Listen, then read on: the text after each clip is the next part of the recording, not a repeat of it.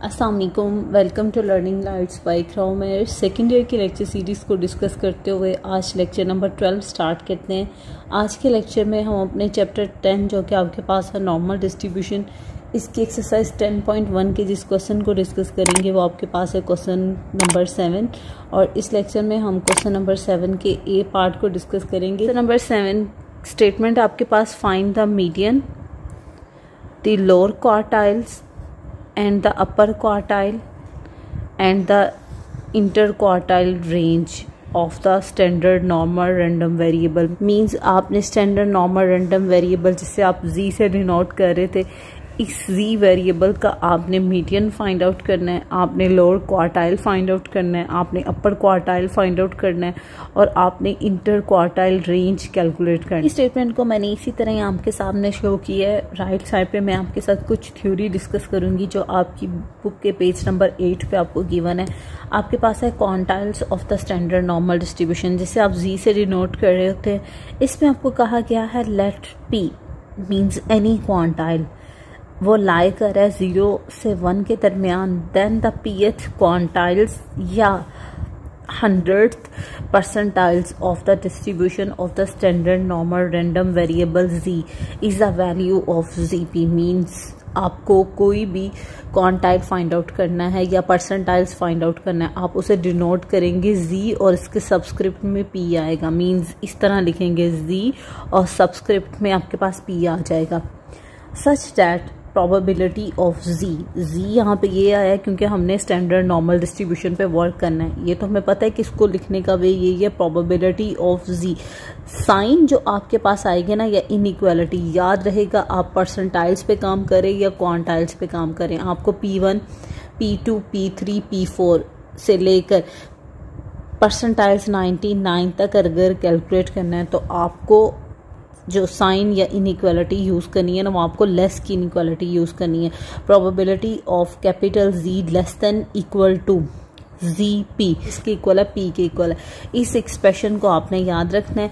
Next मैंने आपके साथ नॉर्मल कर्व को भी डिस्कस किया। हमें पता है कि नॉर्मल कर्व एक बेल शेप कर्व होती है, लेफ्ट साइड पे -इन्फिनिटी है जबकि राइट साइड पे +इन्फिनिटी है। अगर आपको कोई any value of ZP, let us suppose अगर आपको 75 परसेंटाइल्स तक कैलकुलेट करना है तो -इन्फिनिटी डिजायर्ड रीजन होगा ना, वो जिस वैल्यू तक आपने जाना है। तो ये जस्ट मैंने आपके साथ कर्व को डिस्कस की। Let us suppose 25th percentiles आपने कैलकुलेट करना है, तो इस एक्सप्रेशन में आप कैसे वैल्यूज को पुट करेंगे? आप लिखेंगे probability of Z less than equal to Z। 25th percentiles का क्या मतलब है कि आप सबसे पहले तो 25 को डिवाइड कर दो किससे, 100 से, तो ये बेटा आपके पास आ रहा है 0.25। तो Z की सबस्क्रिप्ट में क्या आएगा, 0.25। इस एक्सप्रेशन को देखते हुए ये इक्वल किसके आ जाएगा, जस्ट P के, और P आपके पास क्या है 0.25। तो ये थी एक्सप्रेशन इसे लिखने का वे। अब नेक्स्ट देखते हैं कि अगर आपको कहा जाए कि आप Q3 कैलकुलेट करो, जिसे क्वार्टाइल थर्ड कहते हो आप, तो क्वार्टाइल थर्ड को भी आप किससे डिनोट करोगे, आप ZP से ही डिनोट करोगे, ठीक है। और ZP क्वार्टाइल थर्ड का मतलब होता है कि जो डेटा है ना आपके पास वो 75% वैल्यू ले रहा है, जिसे हम शो ऑफ करेंगे 0.75 से। अब देखिए मैंने यहाँ पे Z के सबस्क्रिप्ट में 0.75 लिखा है। आप कहेंगे कि क्वार्टाइल्स था तो आपने उस टाइम क्यों इसे 100 से डिवाइड किया?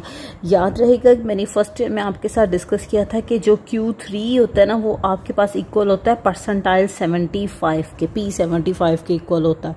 तो इसी वजह से मैंने जो क्वार्टाइल थर्ड था वो 75% वैल्यू टेक कर रहा होता है, इसी वजह से Z के सबस्क्रिप्ट में आया था 0.75। इसे इसी इनइक्वालिटी में कैसे पुट करूंगी, probability of Z less than equal to small z subscript में 0.75 और ये इक्वल किसके आ जाएगा 0.75 के।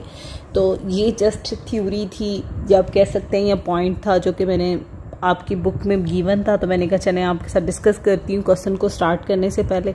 तो इस पॉइंट को ज़रूर अपने माइंड में फिक्स कीजिएगा या इस इक्वेशन को याद रखिएगा कि कुछ भी अननोन आपने परसेंटाइल्स या क्वांटाइल्स निकालना है तो आप इस इक्वेशन को यूँ लिखेंगे। अब देखें, आपको कहा गया कि आपने मीडियन फाइंड आउट करना है। मीडियन को हम शो करते हैं Q2 से, या सिंपली लिखते हैं मीडियन, क्योंकि क्वार्टाइल 2 इक्वल होता है मीडियन के। और अगर परसेंटाइल्स की लैंग्वेज में देखें ना, तो मीडियन इक्वल होता है P50 के। ये सब पॉइंट मैंने आपके साथ फर्स्ट ईयर में डिस्कस किए थे जब चैप्टर नंबर 3 पे वर्क कर रहे थे। तो होपफुली आपको ये पॉइंट क्लियर होंगे। अगर आपको ये पॉइंट क्लियर नहीं है तो 1 बाय 1 ज़रूर विजिट कीजिएगा। मीडियन से स्टार्ट कीजिएगा लेक्चर को, देन क्वार्टाइल्स पे आइएगा और परसेंटाइल्स पे।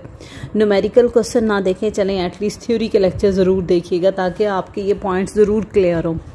अब बेटा हमने मीडियन कैलकुलेट करना है, मींस मुझे जी कौन सा कैलकुलेट करना है। मीडियन का मतलब 50% ऑफ द डेटा, तो 0.50 पे वर्क करना है। सबसे पहले चलें हम फर्स्ट स्टेप में मीडियन ही कैलकुलेट करते हैं। मैं यहाँ लिखूंगी वी नो डैट, हम लिखेंगे probability of capital G, inequality कौन सी आएगी, लेस का साइन आएगा। फिर आ जाएगा मेरे पास स्मॉल जी, जिसके सबस्क्रिप्ट में अगर मैंने मीडियन कैलकुलेट करना है तो मैं लिखूंगी 0.50। और ये किसके इक्वल होता है, ये P के इक्वल होता है। अभी हमने थ्योरी में देखा भी था, तो P मेरे पास क्या है 0.50। ये तो क्वेश्चन पे हमने फर्स्ट वर्क कर दिया। अब बेटा हम लोग देख रहे थे, जो कि मैंने आपके साथ लेक्चर नंबर 3 में डिस्कस की थी, कुछ थ्योरम्स थे स्टैंडर्ड नॉर्मल रैंडम वेरिएबल के। Probability of Z less than equal to A, ये इक्वल होता है फाई ऑफ ए के इक्वल। ये मैंने थ्योरम्स लेक्चर नंबर 11 तक तो राइट साइड पर डिस्कस करती आ रही थी, लेकिन अब मैं उम्मीद रखूंगी आपसे कि आपने ये याद ज़रूर किए होंगे। तो बेटा ये देखें, मेरे पास प्रोबेबिलिटी भी है, लेस का साइन भी है। अब ए की जगह पे मेरे पास क्या है, जी 0.50, तो ये किसके इक्वल आ रहा है, फाई ऑफ ए के। तो मैं यहाँ लिखूंगी फाई ऑफ जी 0.50। मीन्स ये थ्योरम मुझे ये कह रहा है कि राइट साइड पे कुछ भी लिखा हो उसे फाई के साथ लिखना है। तो मेरे तो क्वेश्चन में राइट साइड पे यही वैल्यू लिखी थी, तो मैंने इसे फाई के साथ मेंशन कर दिया। ये इक्वल आ गया 0.50 के। क्योंकि मुझे तो 0.50 कैलकुलेट करना है, तो मैं क्या करती हूँ, इसे यहीं रहने देती हूँ। बेटा लैंग्वेज की वायोलेशन मत कीजिएगा। सबस्क्रिप्ट में 0.50 है, तो कोशिश कीजिएगा ये सबस्क्रिप्ट में ही रहे। फाई राइट साइड पे जाएगा तो फाई इनवर्स 0.50। हमें पता है कि हम टेबल किसका यूज़ कर रहे हैं, टेबल 10A का हम यूज़ कर रहे हैं, जो कि फाई इनवर्स का टेबल है, और उससे हमें ये वैल्यू मिल जाएगी। तो मैं यहाँ लिखती हूँ जी 0.50 पे, देखते हैं टेबल वैल्यू क्या आ रही है। बेटा ये आपके पास टेबल 10 नहीं है, ये आपके पास 0.50 और उस पर वैल्यू आपके पास आ रही है 0.0000। तो ये वैल्यू आपको मिल रही है 0.00, जिसको कंसिडर आप नॉर्मली 0 ही करेंगे। तो mean standard normal random variable का मीडियन क्या आ रहा है, so median is equal to 0। चाहो तो आप इधर भी आंसर लिख सकते हो। मैंने ये पॉइंट क्यों किया, ये मैं अपने लेक्चर के लास्ट में आपके साथ डिस्कस करूँ। आपने कैलकुलेट करना है लोअर क्वार्टाइल, तो मैं लिखती हूँ फॉर लोअर क्वार्टाइल। जब आपने फर्स्ट ईयर के चैप्टर नंबर 3 पे वर्क किया था, तो आपने देखा था कि क्वार्टाइल्स आपके पास आ रहे होते हैं Q1, Q2, Q3। ये 3 ऐसे क्वार्टाइल्स होते हैं जो आपके डेटा को 4 इक्वल पार्ट में डिवाइड कर रहे होते हैं। तो लोअर क्वार्टाइल को आप डिनोट करते थे Q1 से, और Q1 की जो वैल्यू होती थी ना, वही आपके पास परसेंटाइल्स आपके पास आ रहा होता था 25। मीन्स आप कह सकते हो कि जो क्वार्टाइल 1 है वही आपके पास इक्वल होता है परसेंटाइल 25 के। तो अगर जी की लैंग्वेज में देखा जाए तो इस स्टेप पे मुझे फाइंड आउट करना है जी 0.25।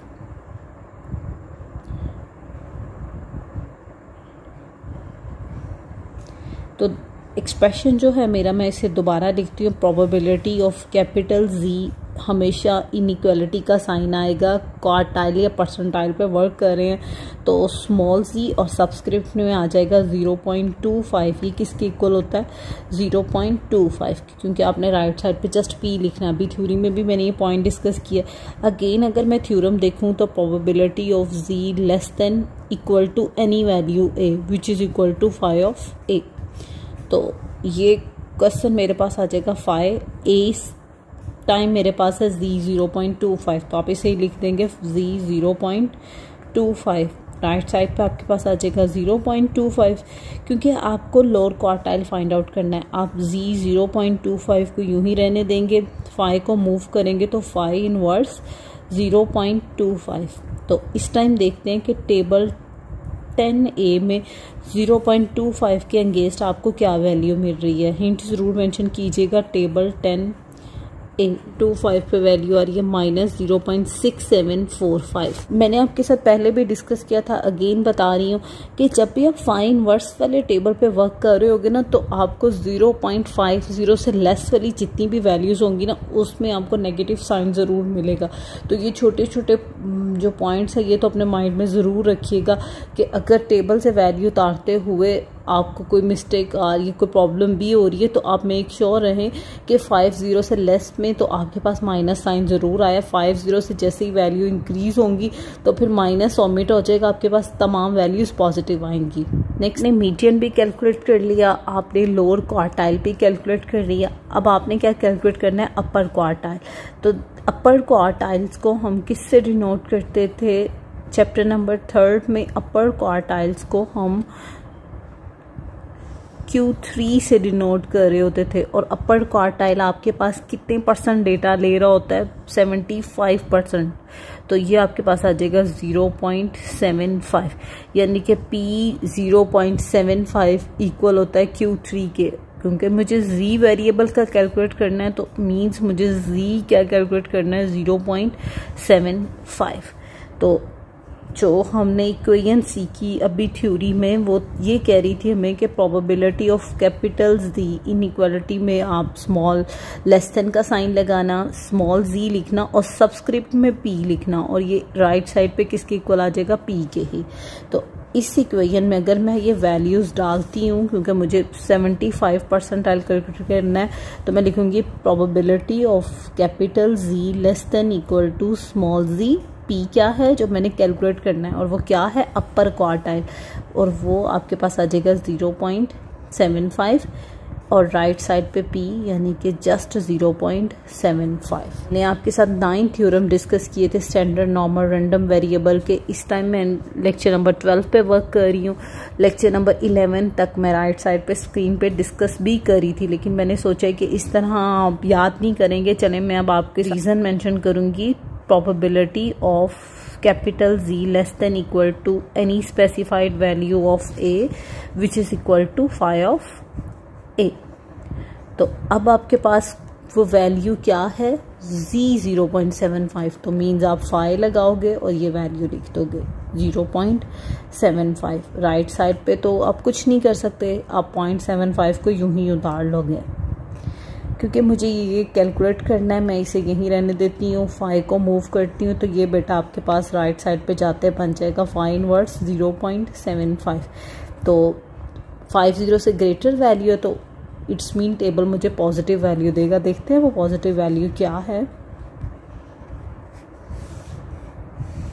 और किस टेबल का यूज़ करना है, इन्वर्स वाले टेबल का, जो कि आपके पास है 10A। लेट अस सपोज अगर आप इस क्वेश्चन से इस लेक्चर सीरीज़ को देख रहे हैं तो आप कहेंगे कि जी हमें कैसे पता चला कि आपने टेबल 10A का यूज़ करना है। तो बेटा टेबल 10A की स्टेटमेंट कुछ इस तरह से है, quantiles of the standard normal distribution. Next आपको ब्रैकेट में मेंशन भी किया होगा inverse standard normal cumulative distribution function. एक हिंट मुझे यहाँ से मिली कि इनवर्स का वर्ड मेंशन है। नेक्स्ट में क्वांटाइल्स, मैंने तो ये फार्मूला भी अप्लाई किया हुआ है, क्वांटाइल्स वाला ही फार्मूला था। 2 हिंट्स आपको यहाँ से मिल गई। नेक्स्ट आप देखिए इधर आपको फाई इनवर्स भी मेंशन है, तो होपफुली इन 3 हिंट से आप इजीली जस्टिफाई कर सकोगे कि आपको इस क्वेश्चन में टेबल 10A का ही यूज़ करना है। तो बेटा टेबल 10A पे मुझे 0.75 के अगेंस्ट वैल्यू चाहिए, तो देखते हैं कि 75 आपके पास कहाँ पे आ रहा है।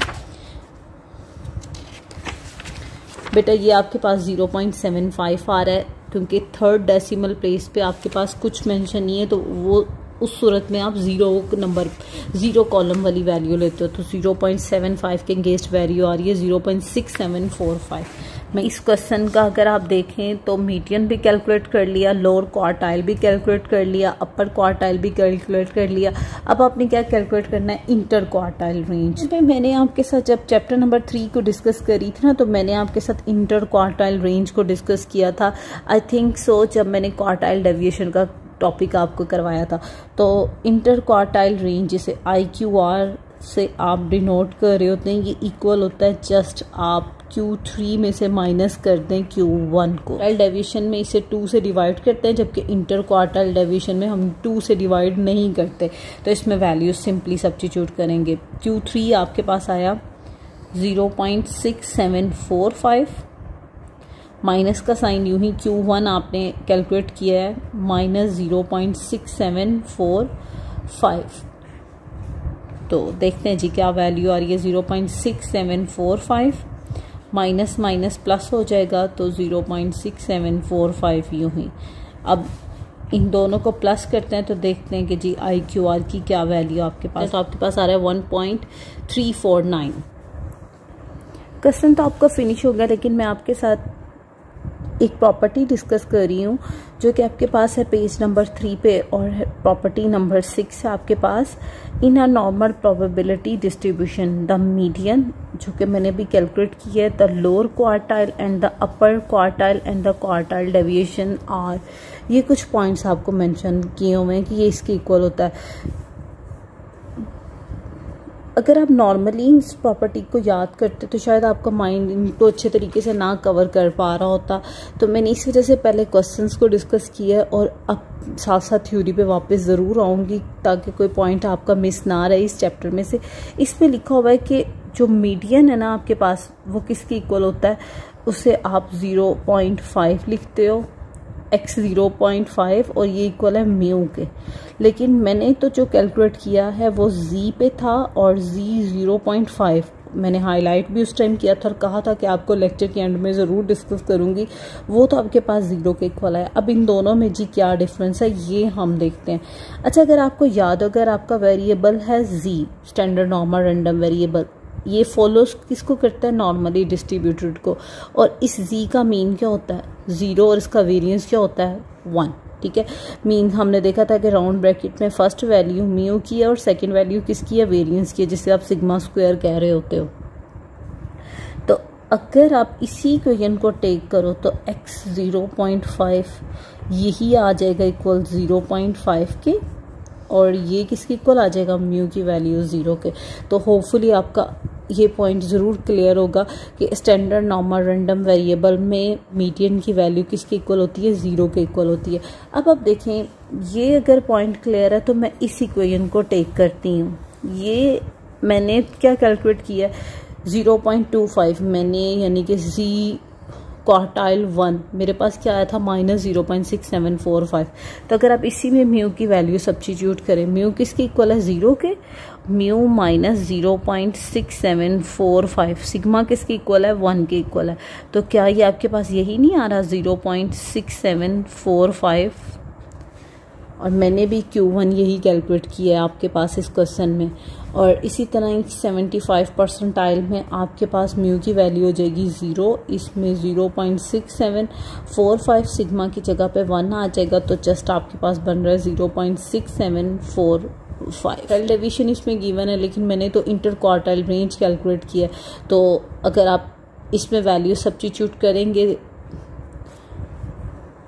ये क्वार्टाइल डेविएशन है, तो इंटर क्वार्टाइल रेंज में तो जस्ट आपने Q3 में से Q1 को माइनस करना होता है। तो होपफुली अब आपके ये पॉइंट्स और ये प्रॉपर्टी भी क्लियर हो गई होगी। अच्छा, एक्सरसाइज जो 10.1 है ना, उसमें जस्ट हम z वेरिएबल पे वर्क कर रहे हैं। नेक्स्ट एक्सरसाइज है ना 10.2, इसमें हम किसी x वेरिएबल पे वर्क कर रहे होंगे, जो कि x भी नॉर्मली डिस्ट्रीब्यूटेड को ही अप्रोच करता है। इसका मीन होता है म्यू और इसका वेरिएंस होता है सिग्मा स्क्वायर। कुछ गोल्डन टिप्स आपने याद रखनी है, आपकी बुक के लास्ट में जितने भी टेबल्स हैं ये किस वेरिएबल के लिए, ये z वेरिएबल के लिए। तो जब हम एक्सरसाइज 10.2 पे वर्क करेंगे तो जितने जो भी एक्स वेरिएबल होगा हमने जस्ट उसे जी वेरिएबल पे कन्वर्ट करना है, तो इसलिए इसने स्टैंडर्ड फार्मूला लिखे हुए थे। लास्ट आप सबसे यही रिक्वेस्ट है कि जो मैंने थ्योरम्स आपके साथ स्टैंडर्ड नॉर्म और रैंडम वेरिएबल के डिस्कस किए, प्लस अब साथ साथ जो प्रॉपर्टीज़ और थ्योरी को मैं डिस्कस कर रही हूँ, काइंडली इनको ज़रूर रिवाइज कीजिएगा। पेपर पॉइंट ऑफ व्यू से चैप्टर नंबर 10 बहुत इंपॉर्टेंट है। फुल लॉन्ग क्वेश्चन आपके पास चैप्टर नंबर 10 में से आता है। फुल क्वेश्चन का ए पार्ट और बी पार्ट चैप्टर नंबर 10 में से आएगा। इसका पेयर किसी चैप्टर के साथ नहीं बनता।